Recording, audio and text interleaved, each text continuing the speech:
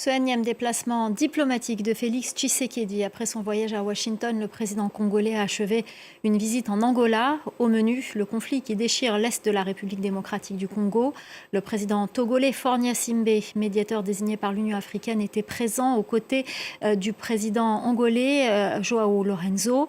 Un communiqué final a été adopté par les 3 chefs d'État en vue de concrétiser les avancées diplomatiques sur le terrain.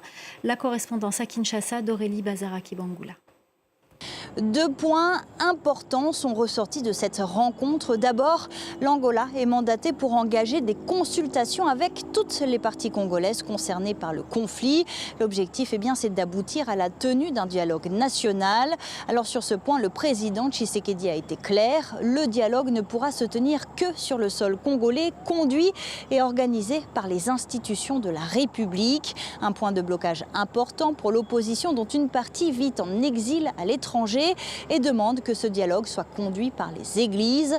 Autre point important de cette rencontre de Luanda, les parties en conflit sont appelées à déclarer un cessez-le-feu qui entrera en vigueur à une date encore à convenir. Alors plusieurs cessez-le-feu ont déjà été décrétés sans résultat, mais cette fois, les autorités congolaises et l'AFC M23 se sont mises d'accord sur un mécanisme de vérification du cessez-le-feu. La MONUSCO a été appelée à jouer un rôle de soutien dans la surveillance du respect du cessez-le-feu. Alors la mission onusienne se dit prête dès maintenant à remplir ce rôle avec une phase initiale à Uvira. C'est un travail d'observation qui va progressivement se développer sur le terrain avec des capacités qui resteront limitées.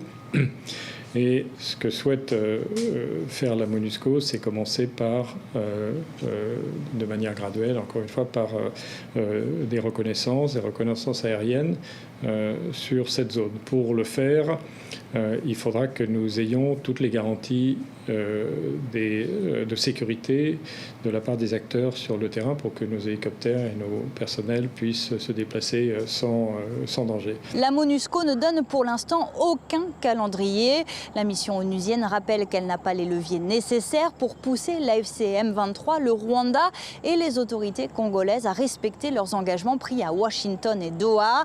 Elle appelle à une intensification des efforts diplomatiques pour aboutir à des résultats concrets sur le terrain.